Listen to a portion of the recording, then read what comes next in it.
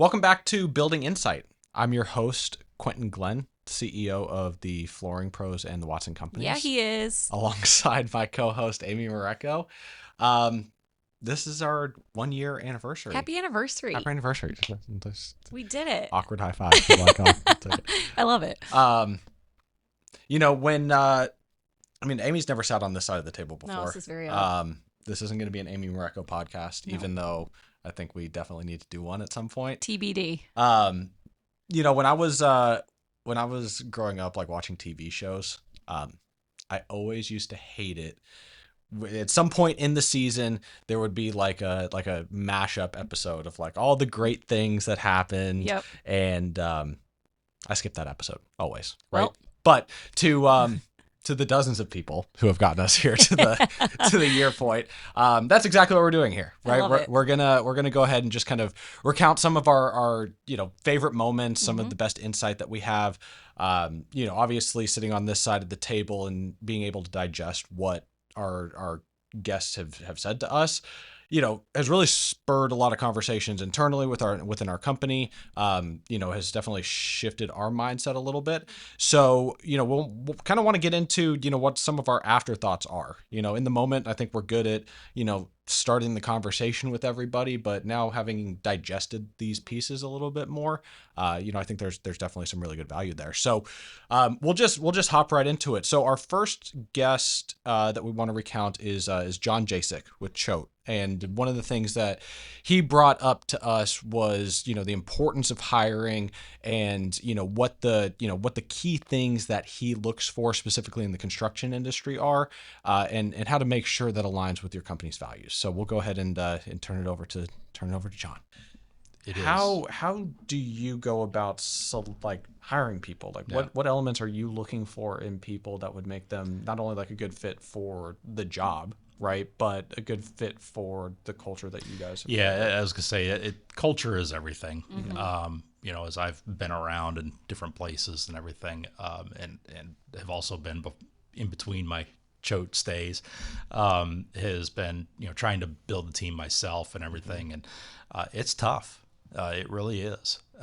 Finding the right people who have that drive, that determination. And I think that's what separates, what we have at Choate is, the people that we bring in have that, accountability, ownership mentality. We're an ESOP, we're an employee-owned company.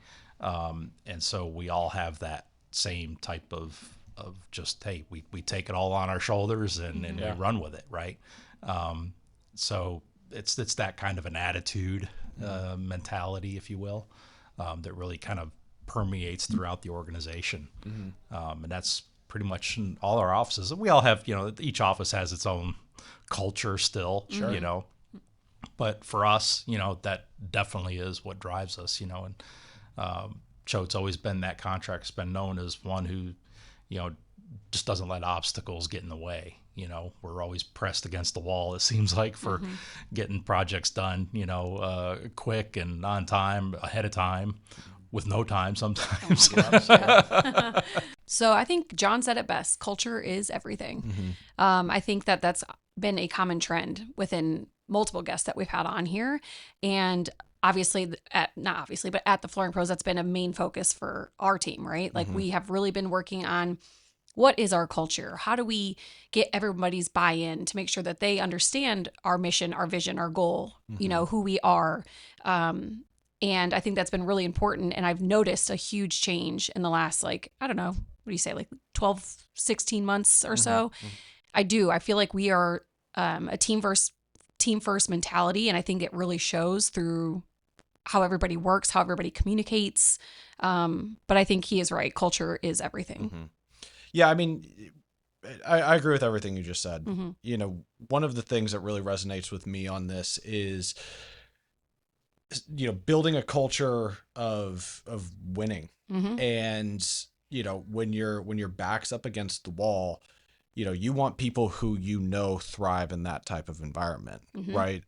I'm trying to build a culture at this company of, always feeling like your back's against the wall, not in like a, not in an immense amount of pressure type of way, but like it's us versus the industry, right? And, what John is saying about doing it with, a little time or no time at all, acting with that urgency. And when it comes time to hire people, those are the things that I look at, right? There's the proverbial question, how do you work under pressure? And everybody always says great, but like, how do you dive into, how good are you during those moments? Because, especially in the construction industry, and I think this applies to all industries, but like particularly in construction, you're always behind schedule, right? And if you're ahead of schedule, then you're behind in something else, right? And, finding the people who don't crumble under that pressure or who, actually thrive in that pressure is paramount to everything. 100%. I think that's really well said and a good way to put it. Culture doesn't just mean the rah-rah, the have fun. It's how we work, right? Like, so I think that is perfectly well said. We were talking on the way here, and he mentioned, that Choate is an ESOP, which you just explained the ins and outs to me, because I understood what it was, but I didn't really fully understand the process and how that works and how it benefits the team. And you explained it perfectly, and it does make so much sense. Like, everyone has ownership, right? Everybody has their buy-in, because at the end of the day, their shares, the worth of it is really depends on how well they do as a team. And so if you have one scraggler holding you down, like, that's not gonna fly, right? Everybody is bought in because of that program, which I think is really interesting. Yeah, I mean, it goes back to like our core values, right? It's like, do you have ownership mentality? And I think setting up a company in that way can be very beneficial, particularly to the people who work there, right? Because they want to see the company succeed, and it kind of fosters that team first mentality, because at the end of the day, like that's their money too. Right. So when that extra call needs to be made, or, the coming in on Saturday needs to happen, or, that's the environment that breeds the success that, separates a company like Choate, ahead of the competition, right? I know that if I call somebody on John's team right now, they're going to answer. I know that if I call them on Sunday, short of being in church and having their phone, like, they're going to pick up the phone and they're going to deal with the problem right then and there. And if you set your company up in that type of way, where that, that mentality just kind of permeates through everything, then you're going to have a culture of winning, right? And a culture of winning supersedes everything, right? You want your team to know that when you go into these, into these projects or into these meetings, that, we're going to come out on top, and anything short of that, you're playing from behind. Yep. Who doesn't like to win? Who doesn't like to win? Get that W. Awesome. So next clip is going to be from actually episode 1. The OG. We're hot out the gate, Amy. Josh Zilke was talking about the trends that he's seeing, particularly here in the Southeast, where it comes from, as it pertains to, actual building and, sophistication, along with kind of like what he sees, coming in the future. So let's listen to Josh and see what he says. I mean, obviously you've been in the industry for, years now. Anything over the course of the last 2 years, 3 years that is surprising to you? Anything that's, kind of come across as, the new wave? Yeah. I think touching back on that note of innovation, I think the Carolinas as a market, I've got a couple of thoughts here, but the Carolinas as a market, when I started working down here, was seen as an unsophisticated contracting market. And what I mean by that is just, it's good old boys. It's here's the number. We're going to build the job. It's going to be great. But there's just not a lot of understanding. And I think as more developers have pushed south, a developer and I were joking. We call it like the Sun Valley ride. Like, it's, the Sun Belt's just really on this tear, and it has been for 10 or 15 years. But the wave now is more developers out of the north pushing south.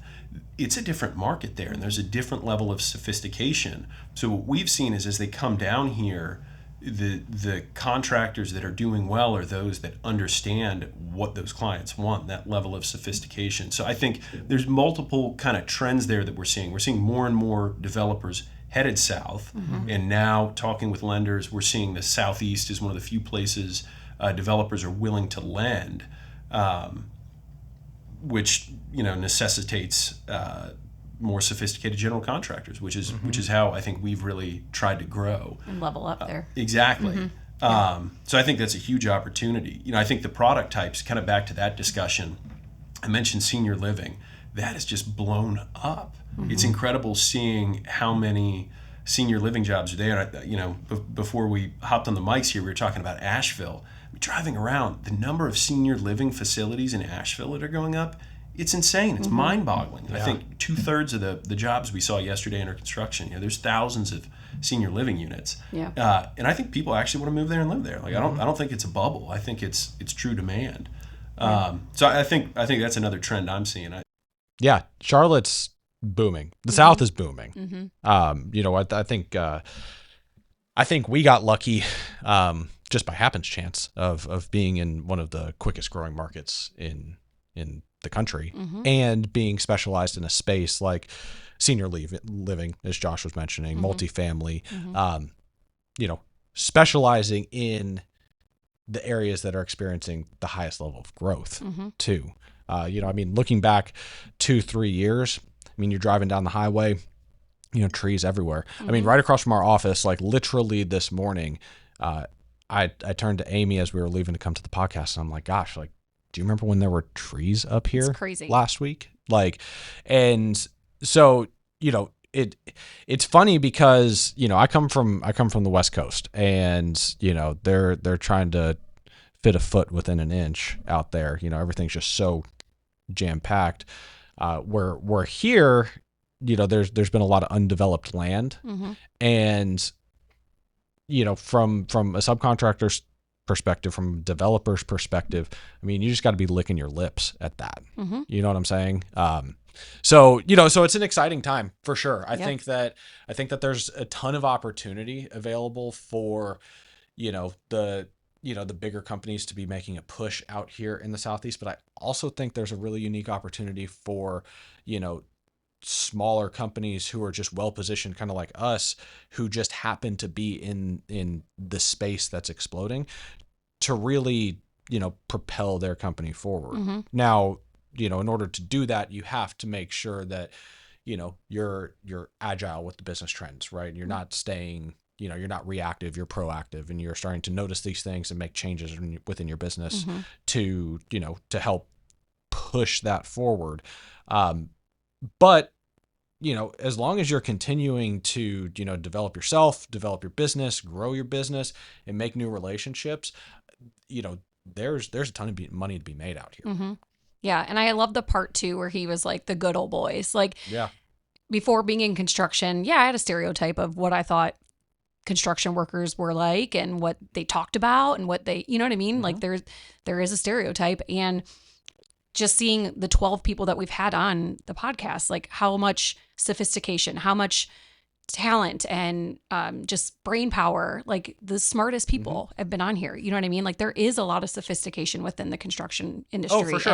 Every guest that we've had has been better dressed than me in every single one of these episodes, right? Button downs, ties, but it's crazy. And just well spoken, just like they know what they're talking about. They're confident in what they're talking about. So I thought that was like a interesting little nugget too that he had. Yeah, my background's not in construction either. Mine either. And I definitely had my preconceived notion as to what construction is, but you look at some of the things like that our estimators are doing, and like the level of sophistication that goes along with that. You start looking at some of the softwares that we have to put in place in order to, just keep up with the industry. It's astounding. Yep. It truly is. So, I think there's a lot of outside influence. Josh was mentioning particularly from the Northeast. I think there's a lot of Northeast influence in the way that the business practices are starting to evolve, in, the expectation of output. But at the end of the day, I think it really comes down to, how are you as a company set up to take advantage when, somebody finds oil in the ground, right? Get it while it's hot. Get it while it's hot. That's right. It's all about positioning.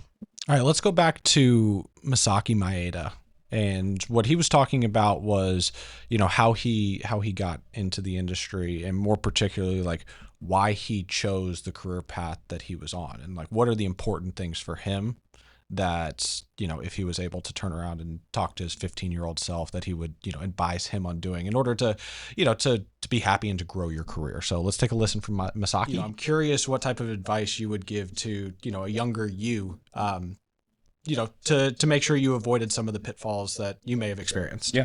Yeah. So I think that growing up, and I think we all give this advice, is when, say, teenager, high school, and they're good at something, say they're good at math, and we go, hey, you're really good at math, you should get into engineering, or whatever it is. Sometimes it's better to ask, what do you actually like to do? Or what do you care about?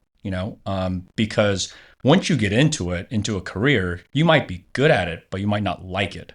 And so that kind of caring for something and having the heart to do something that you like comes with way more benefits than being good at it. I think putting the hours in and all that stuff, just because you're good at it, you're not going to put the hours in. But if you care about it, and you have your motivations of why I want this to look the way it is, or whatever it is, I think that would give people a lot more time to stay in the industry of whatever they choose, rather than switching around to different things and trying to figure it out. Of just, what do you care about? Or what do you want to do? I love that.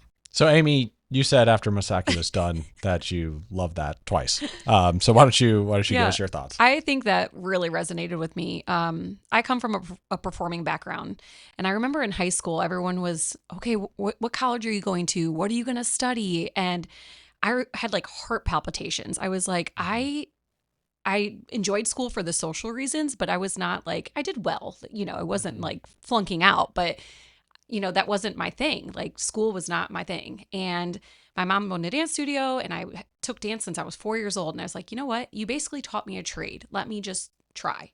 And, I was able to do that. But, I feel like when you're so young like that, and it's like, okay, well, what are you going to do with the rest of your life? Well, you're good at this. Well, that doesn't mean that you necessarily enjoy that, right? Like, so I thought that was such like a profound way to say it. I'm like, that makes so much sense. When you care about something, you put more into it, right? Like, and I've even noticed with you stepping into the role that you did when you came on board, one of the first things you did was the whiteboard exercise with everybody, and you really dug deep into like, okay, what do you enjoy? What are you good at? Because obviously the more you enjoy what you're doing, the better the outcome for everybody, right? And you've really kind of moved us all around, and now I'm in this marketing role, and I get so much joy out of it. Like I get to bring my performance background into what I do to help get our name out there, better our company, come up with our strategies, our campaigns. And I think, I came into the office the other day, and you, our controller, and one of our account managers was, sitting down having a powwow, and I come in and I'm like giggling about something I was going to film with Jordan out in the field. And you all just looked at me like, you have no stress. And I was like, well, when you love what you do, For sure. So I really did. I did love that. Yeah. I think, I also loved that. I think there's a couple components to this that really hit with me. I mean, number one, I think back to, I was that kid that Misaki was talking about, right? It's like, oh, you're good with math. You're really good with you math. should. I am good at math, but you should be an engineer. You should be a stockbroker. My dad was a stockbroker, right? So it's like, I grew up thinking like, oh, I'm good at math. I should do that, right? My younger sister, on the other hand, like she could talk to the wall for an hour and a half and not get bored. So what did my family tell her? Oh, you should be a lawyer. You're so good at da, da, da. And I think when that gets instilled in you so young, you kind of just grow up and start thinking like, oh, maybe this is what I'm meant to be, without really exploring what the other options are, right? So you start to write a lot of things off. I know I did, right? But then, as you get older, you start to find your way, right? So, I started some things, and, I was using math, and then I decided, you know what, I'm done with this, right? So why don't I, try my hand at at IT, and then I got a job in recruiting, and then the same kind of thing happened to me, right? Whereas like I was good at it, and so I'm like, oh, maybe this is what I'm meant to do.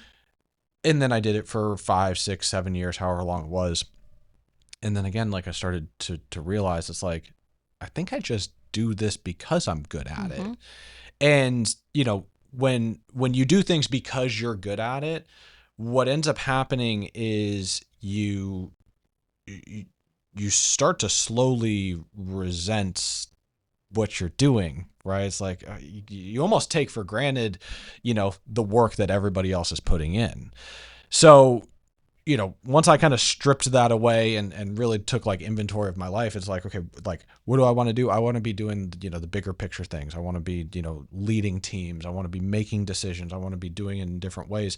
I prioritized learning those skills. And then that's ultimately how I got linked up with Jason is, I saw that he was in a position where I wanted to be. I'm like, how do I learn from him?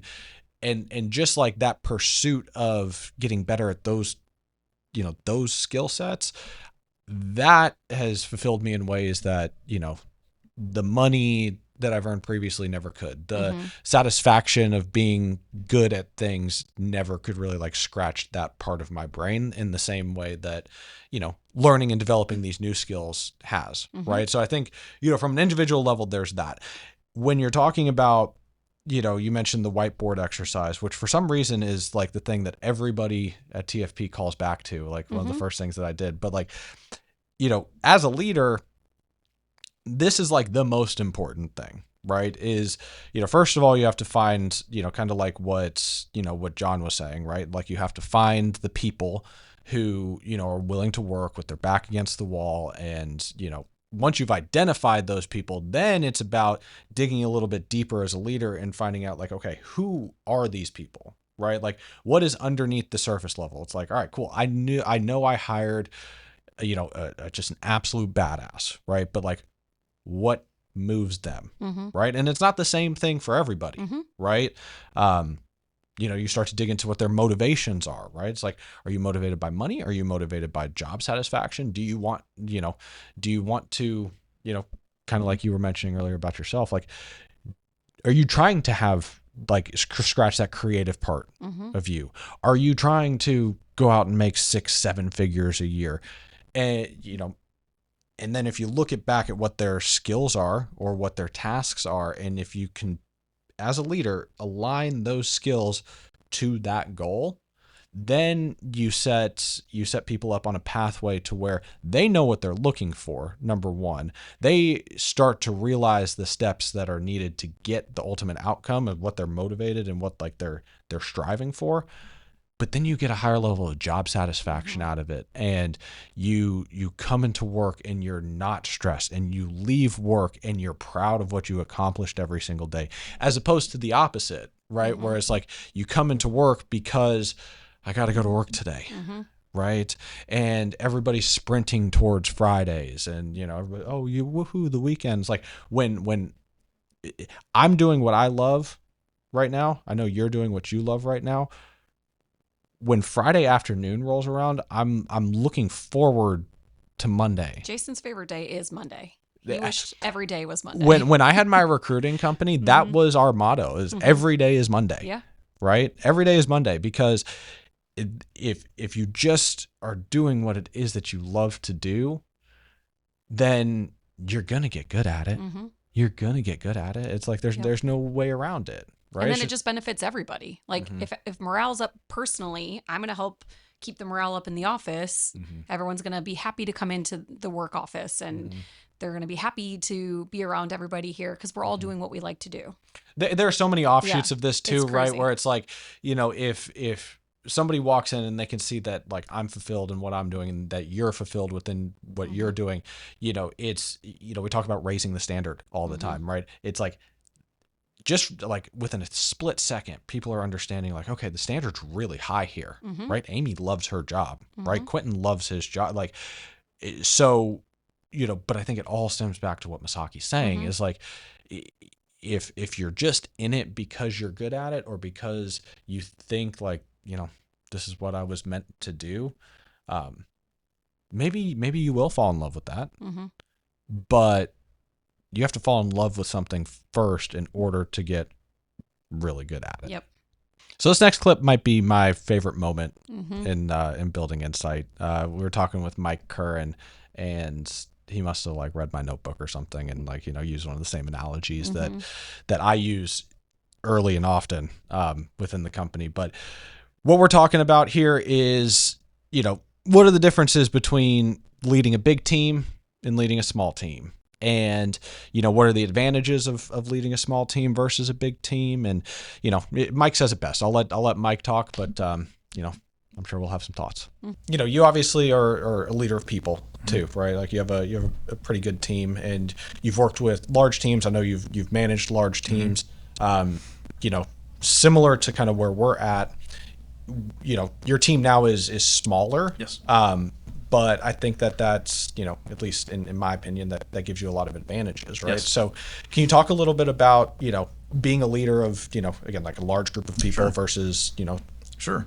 So in a large team, to make change or transition, it's like you're trying to steer the Titanic out of the way of the iceberg, Yeah, I've used this example so many times. Yep. It's just like you see the problem coming, you're like, oh man, it's a big ship you have to turn. He's getting ready to say jet ski right now. Right. I guarantee it. Well, now I have to. Yep. Now I have to say jet Because ski. we're brothers.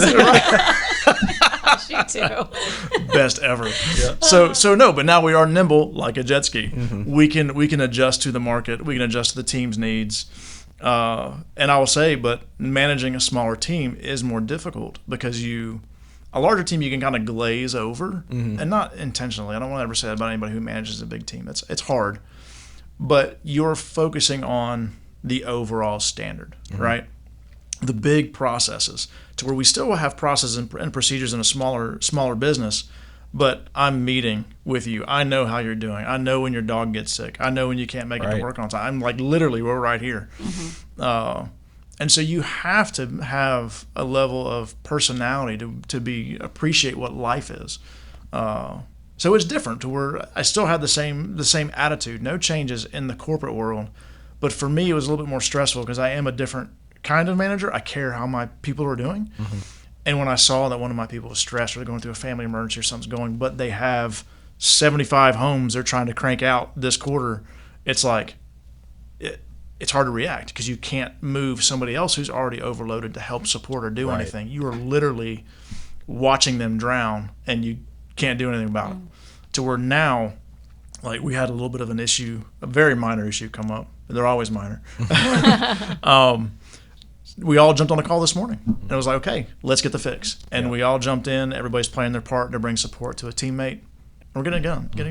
It's not easy because now we're still dropping what we have to do, but we can be nimble, react, and jump in. So we're the bigger business is a little bit just almost like every man for themselves. Right. That's been my experience, at least. So. Because we're brothers. Oh, the amount of times that I've heard that in the office since that episode has been wild. Yeah. No, I mean, Mike brings up a lot of good points there. Especially as it pertains to like being a leader, specifically being a leader of a smaller team. And one of the things that I've noticed personally, because I've had a similar career path to Mike in that regard, where I've led big teams, and then now here we're a smaller knit company. One of the things that I think really, makes me excited about working for a smaller, closer company is just that level of knowledge that I get to have about every person who works for me, right? Like, you're having a bad day, like I can sniff it before you even walk in my office at 8:15 in the morning, right? When my procurement team is stressed to the nines, like I can smell it, right? So like from a leader's perspective, it's kind of a superpower, right? Because like I can push the throttle forward, I can pull it back, I can, as Mike used, I could turn that jet ski real fast, and now all of a sudden we're on a different path, right? Whereas when I've led larger companies, like it's really just like down to the numbers, right? Like you manage by, okay, what's the output look like in any particular department, right? So, like, do we want to become a larger company someday? Like, absolutely, right? We're trying to push that number forward. But, I think what Mike's talking about, in a broader sense is like, how do you keep that culture and how do you keep that like team first mentality as you continue to grow and scale your organization?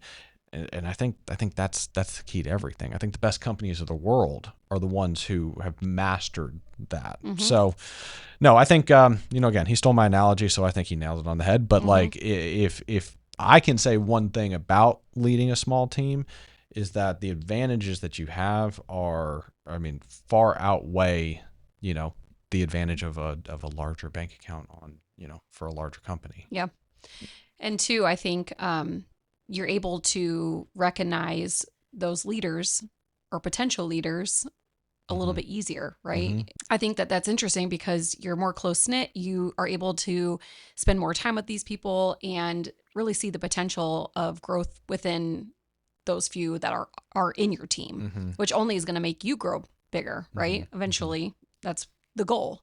But I thought that was an interesting take too. Yeah. I mean, there were too many good nuggets with his. Yeah. It was a great episode, but that one really resonated, I think, because we can understand that we're in it too, right? Oh, for sure. I think you're absolutely right. Right. I think in one of Jason's podcasts, episode 12, maybe, he was talking about, how you coach people, and, the best way to learn yourself is to teach somebody else. Right. And on in a smaller team dynamic, I can coach people up. My leaders can coach their teams up in such a way that, how you learn and how I learn is wildly different. Right. And how, I learn and how Jason learns is wildly different. Right. And when you have that knowledge of who your team, are, whatever the correct verbiage is there, as a leader, you can shift the way you're trying to convey the message to each individual. You could target your audience, right? As opposed to, I used to give meetings to 40, 50 recruiters at 7:30 in the morning. Half of them are hungover from the night before. The other half don't want to be there or won't be there. And like, I'm out, I'm presenting to them and I'm trying to give them all of the information about how to do this or how to do that, knowing that most of it's flying over their head. For those who are paying attention, 50% of those are going to make it. And, like, how do I shape my message to say, like, okay, out of 50, 25 paying attention, 2.5, maybe 3 of them are going to be like really good someday. Like, how do I pick those people? Right. Right. But if you go back to, the other clips that we're going to mention or have already mentioned, depending on how this podcast lays out. If you hire to your core values and you get people in a position to do things that they love, and then you understand how it is that they learn, you can, as a leader, push this person on a career path that you can help design, right? You have to put in the work, but I could set up the guardrails, right? And I think the best attribute of any leader is like set the guardrails, give them the information, and then let that person bounce off the guardrails until you eventually start narrowing it down to where they're their own path, right? That's another good analogy. That's another good analogy. I would have gone with bowling, but Mike Curran probably has that analogy in his back pocket too. Does, but no, that was a great episode. Yep. Definitely check that one out if you guys haven't already, because there's a lot of good nuggets in there. All right, that was super insightful. That was really fun. Yep. We're really good at podcasting. I mean, we're killing it. Yep, I know. To the, again, like I said, the dozen people plus my mom who watches all the time. Hopefully we can turn that into scores and then hundreds. But I think there's a lot of good nuggets. Before we cut out of here, I want to ask you, Amy, from your perspective, like, what has been your biggest takeaway over the year? and like what are some of the, like we set out on this goal to to learn more about the industry, to learn more about how people got into the space that they're in. I'm in my role, you're in your role, but like I'm curious from like your seat, I have a couple takeaways from that. So first and foremost, so proud of us for doing this. Like, I know we talked about it in your episode, but when you and Jason were like, we want a podcast, I was like, well, okay, here we go. And, you can see the ups and downs and the crooked TV in some of the episodes, and maybe the audio was a little cracky in one, but like, I'm so proud of us and everything that goes into it. Like, I don't think everyone really understands like how much effort and all the equipment and all the software and what goes into post and all of that. So first of all, that's my first thought, very proud of us. Yeah. I want to thank myself for myself. Not to toot my own horn, but no, I'm just kidding. I have a lot of room to improve, so I do know that, but I'm excited to see what the future brings, this next year. But also I've learned a lot just in general about construction. We always talk about you're either thrown into construction or you've been in it from the beginning. And I was thrown into it. And, I started out as Jason's executive assistant. So I kind of learned the ins and outs of the business in that way. But I never really was like in the field or, as in the day to day as like Austin and Tanya. So I feel like, I've picked up my nuggets from everybody that way. But like just being in this room with these intelligent people that just, like, I've learned so much. So that's also been like a really cool takeaway. So. Getting in the right room is the secret answer to everything. Yep. It's the answer to everything. 100%. Anybody who's successful will tell you the same thing. Yep. Even if you got to pay to be in the room, our podcast is free. You can still enjoy the podcast. But do whatever it takes to get yourself in those rooms, and you'll get better by, just by default. Yep. And like just seeing the difference for you, in terms of like setting this podcast up, in terms of like your career growth, like that's super rewarding to me. And it just validates the fact that, like, again, even though we're putting in all this work and, we'll see the fruits of it someday. Yeah. But damn sure I'm going to keep doing it. That's right. I appreciate that. Well, cool. Well, here's to year number 2. Again, I'm Quentin Glenn. This is Amy Mareko. Thanks for watching our recap episode for year 1 of Building Insight. We look forward to seeing you in year 2. Woohoo! That was so good.